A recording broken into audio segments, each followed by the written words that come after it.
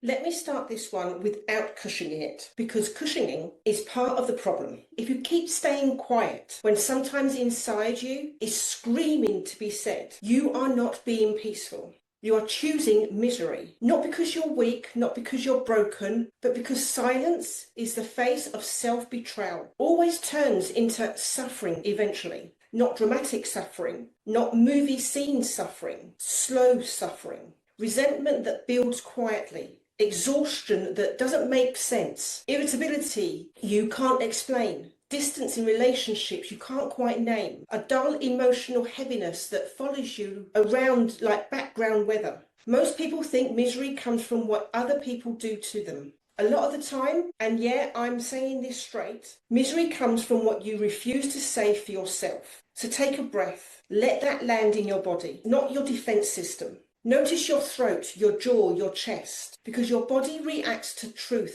faster than your ego does. If you ever agree when you disagree, say it's fine when it hurts. Say yes when you meant no. Stayed when you were done. Smiled when you were angry. Reassured when you were depleted. Then you already know what I'm talking about. This is not about becoming confrontational. This is not about becoming harsh. This is about becoming honest. And honest people suffer less internally, even when conversations are uncomfortable externally. For those of you who are new here, hi, I'm Cherry. I'm a spiritual life coach, numerologist, and energy embodiment mentor. I work with recovering people pleasers, self-silencers, and spiritually aware souls who are done abandoning themselves just to maintain emotional harmony with everyone else. My work blends nervous system regulation, energy body awareness, voice activation, and grounded spiritual truth. Because transformation that never reaches your behavior is just inspiration. And we are not here for inspiration alone.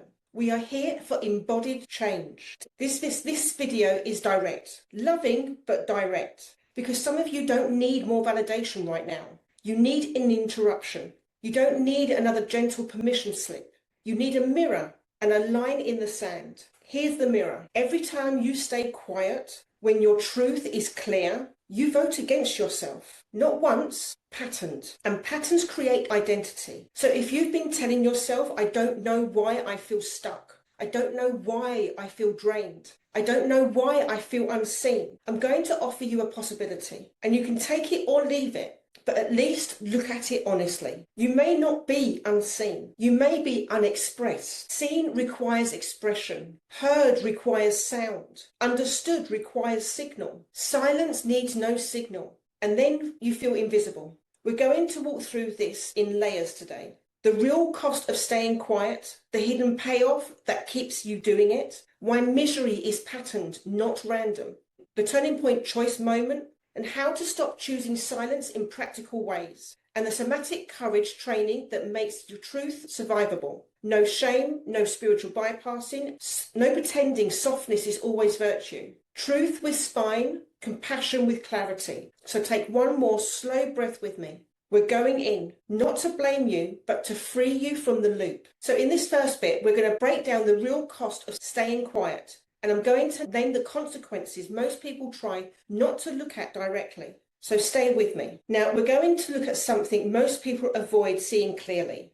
Because once you see it clearly, you can't unsee it. And once you can't unsee it, you stop romanticizing your silence. Staying quiet is often praised as maturity, tolerance, patience, spiritual restraint, and emotional intelligence. And sometimes, yes, silence is wise. But chronic silence in moments that require truth is not wisdom. It's self-abandonment with good manners. And I'm going to walk you through the real cost. Not to scare you, but to wake you up out of the politeness trance. Because your nervous system already knows this cost. Your mind just keeps renaming it. So let's bring it into the light. Resentment is not caused by other people crossing your boundaries. Resentment is caused by you not enforcing them. That's the uncomfortable truth most people skip. Two people can experience the same behavior. One speaks, one stays silent. Only one builds resentment.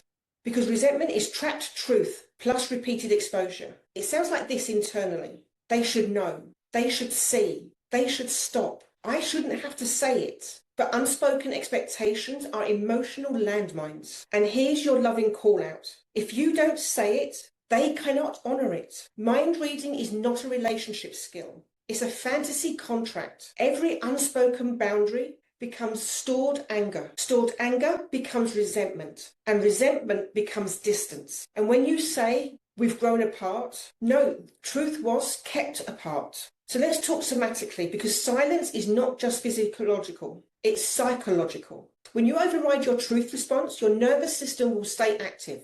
It just has nowhere to discharge. So the activation turns inwards, and this shows up as chest pressure, jaw clenching, gut tension, headaches, fatigue, emotional numbness, anxiety spikes. Your body prepares to express, and you shut the gate. That trapped activation becomes an internal stress load. Some of you are trying to meditate away pressure that is actually unspoken truth. Breathing helps regulate activation, but expression actually resolves it. Regulation without expression becomes maintenance instead of healing. Your body is not dramatic. It is protesting suppression. Now, here's a pattern I want you to see, because it hides behind niceness. When you don't express truth directly, it doesn't disappear. It leaks indirectly through sarcasm, tone, withdrawal, delayed replies, emotional coldness, subtle digs, reduced generosity, and low patience. You think you're being fine, your energy says otherwise. Unspoken truth always finds a side door.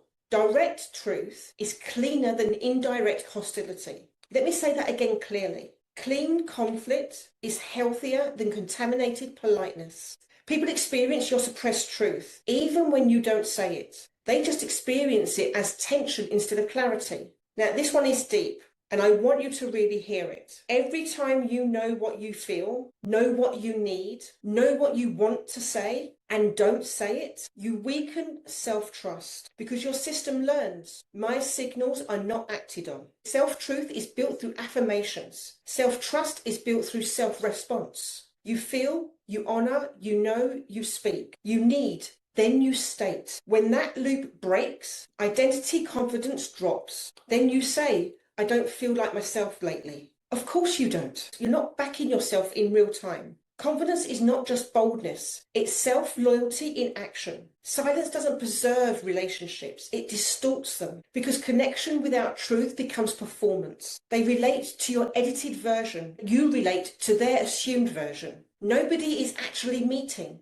Then one day you explode, and they say, where did this come from? And you think, how did you not know? Because it was never spoken clearly. Sudden emotional explosions are rarely sudden. They are accumulated silence. Here's the long-term cost almost nobody names. Chronic self-silencing shrinks identity expression. You become more careful, more filtered, more agreeable, less distinct, less direct, and less alive. Not because you're evolving, but because you're compressing. And compressing feels like boredom with your own life. Loss of spark, desire, loss of creative energy, and loss of personal fire. That's not aging, that's suppression. Expression restores aliveness, not drama, truth. Now, the next bit of this video, I want to call out the hidden payoff of silence, because there is one, and until you see it, you keep choosing quiet while telling yourself you want change. And we're going to go there next. So why do you keep choosing silence even when it hurts? Now we're going to talk about the part most people resist. And I'm going to say this with respect and directness, because this is where real change begins. If a pattern keeps repeating, it has a payoff. Not a healthy payoff, not a conscious payoff, but a payoff. Humans do not repeat emotionally painful behaviors for no reason. So if you keep staying quiet, even though it makes you feel resentful, exhausted, and internally miserable, then silence is giving you something. And until you name what it's giving you, you will keep unconsciously choosing it. This is not blame. This is power. Because when you see the payoff, you can renegotiate the pattern. So let's bring them into the open. Let's call this one clean. Approval feels regulating. When someone is pleased with you, your nervous system gets a safety signal. I belong. I'm accepted. I'm okay. So silence becomes a strategy to maintain approval supply. You don't speak. They stay comfortable. You stay accepted.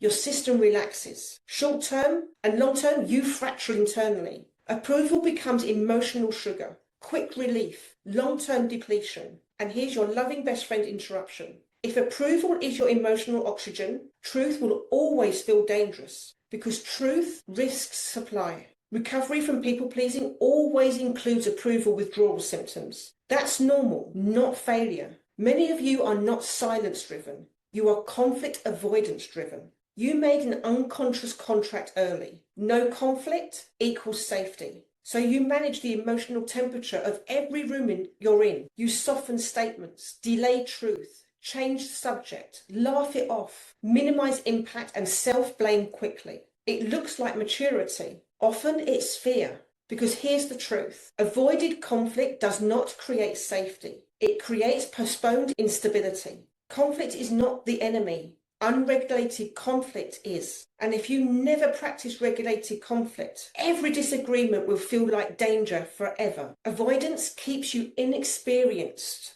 not safe. This payoff is subtle and sticky. Silence protects your identity story. I'm the easygoing one. I'm low maintenance. I don't cause problems. I'm chilled. I'm spiritual. Speaking truth threatens the role. And identity disruption feels like ego death, even when it's growth. So you stay quiet to stay recognizable to yourself and others. But here's the clean truth. Outgrown identities feel safe and suffocating. The next version will speak directly, which means your current role must crack.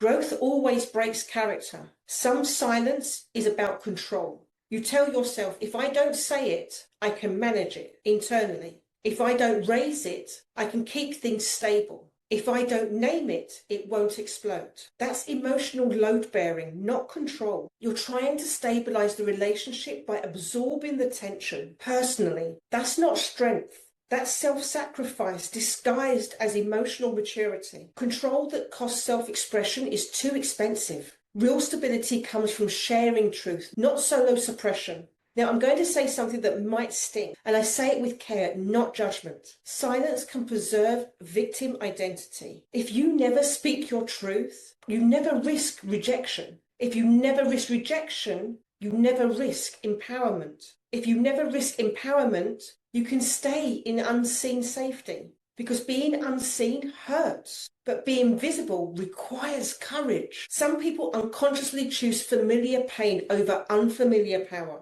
Not because they're weak, but because their nervous system prefers predictable discomfort to unpredictable expansion. And here's your loving call out. If you keep saying no one listens, but you're not actually speaking, the pattern isn't them, it's the silence. That's not blame, that's leverage. Let's be physiologically honest. Silence often reduces immediate nervous system activation. Speaking truth spikes adrenaline. Silence keeps the moment calm. Your body chooses short-term calm, long-term freedom. That's survival wiring. But we are not building a survival-led life anymore. We are building a self-led life, which means sometimes you choose short-term activation to long-term relief. That's courage training, not recklessness. Let me ask you directly and answer internally, not performatively. Which payoff keeps you quiet? Is it approval, conflict, avoidance, identity safety, control, victim comfort, or activation avoidance? Name it, because unnamed payoffs run patterns. Named patterns release them.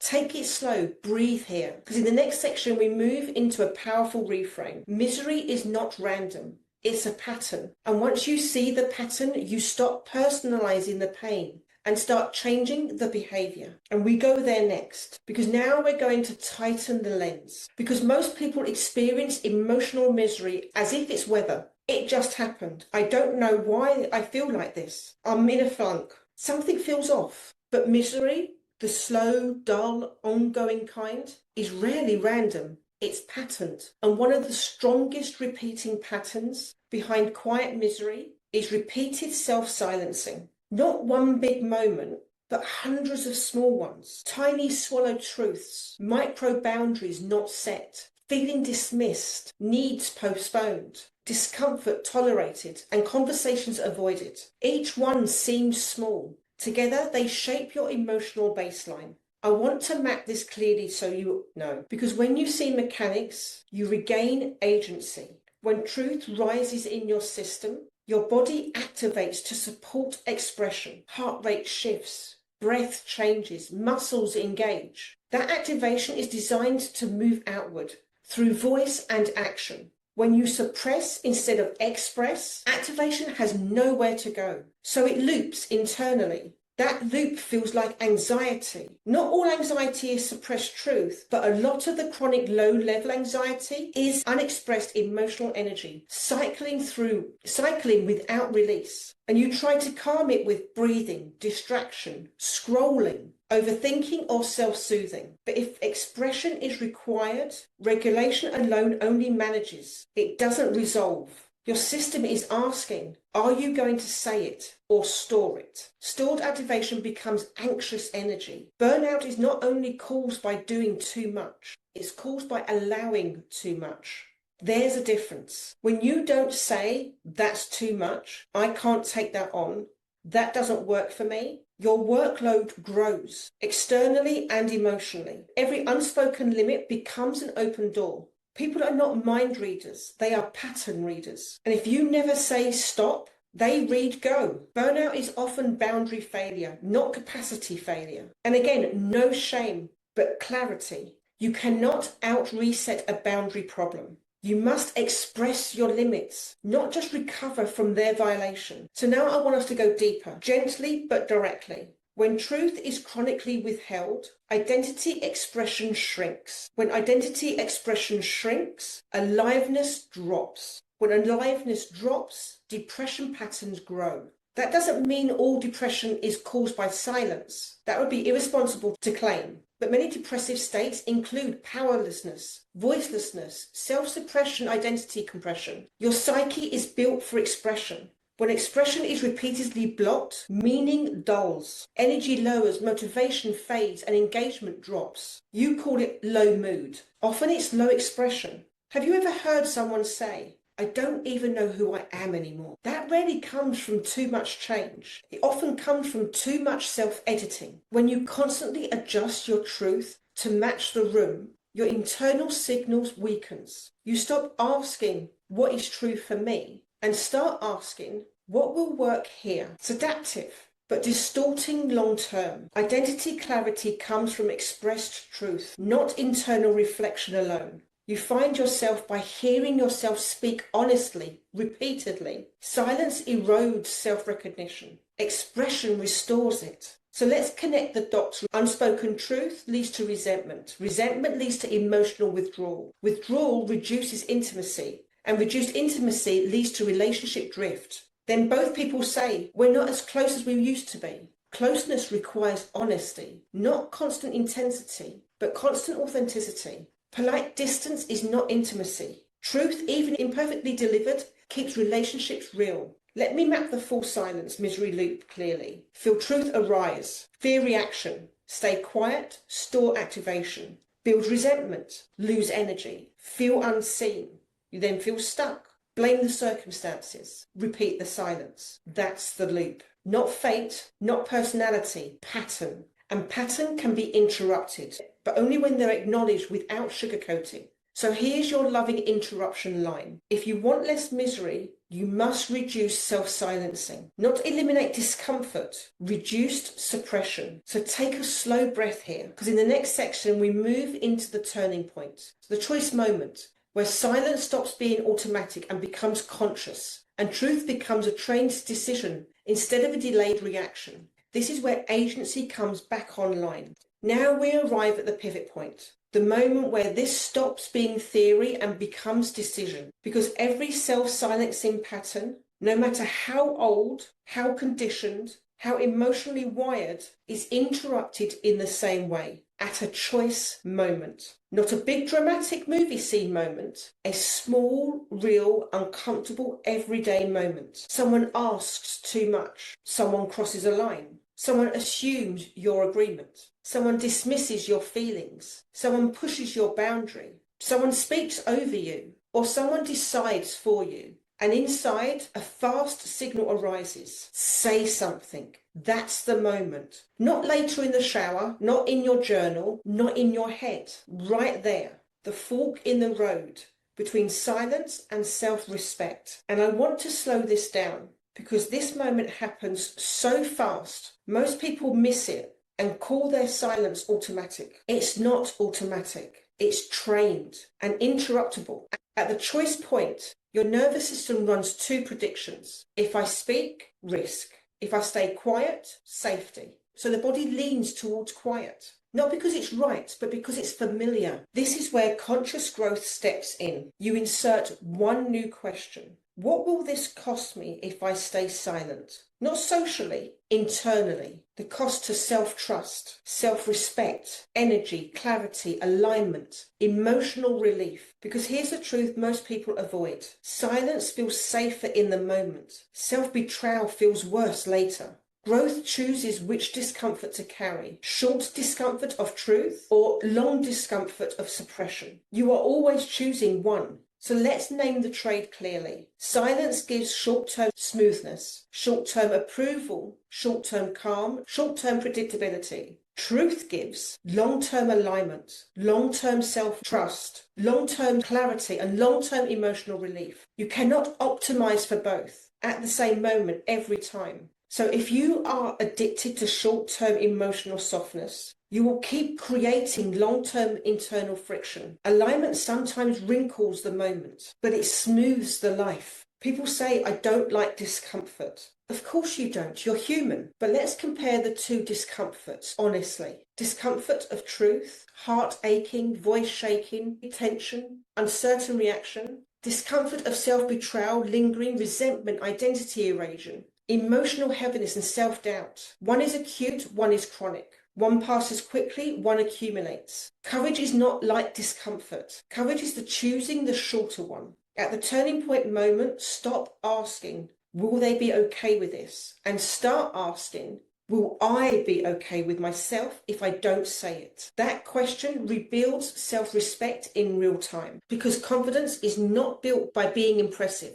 Confidence is built by being self-loyal at the decision edge. Self-loyalty is confidence in action. Not loud, not dramatic, but clean. So let's remove the myth here. Courage is not a personality trait. It's exposure training. Each time you choose expression at the fork, you increase your courage capacity slightly. Not intensely, but progressively. Like a muscle you work. First rep is shaky. Second rep, still shaky. 10th rep, steadier. 50th rep, natural. People think brave people feel no fear. Wrong. Brave people have more completed reps. That's it. So here's a practical interruption tool for the choice moment. When the signal arises, say something. Give yourself a 10-second window. Internally count down from 10. During that 10 seconds, exhale slowly. Drop your shoulders, feel your feet and relax your jaw. Then speak one clean sentence. Not a speech, one sentence. For example, that doesn't work for me. I see it differently. I'm not okay with that. I need to pause here. 10-second prevents freezing from becoming default. It creates a bridge between impulse and expression. Now, I would love you to listen carefully because this matters. If you speak and it comes out imperfectly, do not attack yourself afterwards. Post-expression, self-criticism, retrain silence. Instead, say, I choose self-respect. I completed the repetition. I am building capacity. We reward courage, not polish. Polish comes later. So take a breath here with a long exhale. And in this next section, we move into the practical interruption toolkit. Exactly how to stop choosing silence in daily life through structured behavioural repetition and somatic courage practices. This is where the pattern becomes retrainable, not theoretical. So stay with me. Now we make this operational because awareness without tools turns into frustration. And I'm not here to leave you inspired but unchanged because you now understand the cost of silence, the hidden payoff, the misery pattern, the choice point. Now we install interruption mechanisms, the practical ways you retrain yourself out of the chronic quiet and into regulated expression. And I'm going to say this clearly so expectations are clean. You are not going to flip into fearless truth overnight. You are going to build daily courage repetition. Small, repeatable nervous system doables. Confidence is not built in breakthroughs. It's built in micro behaviors. So let's build them. This is your first structural tool. If something matters emotionally, you do not stay silent longer than 24 hours. Not because urgency is always required, but because delay feeds avoidance. Within 24 hours, you must say it, write it, schedule it, or declare you will address it. For example, I want to come back to something from yesterday.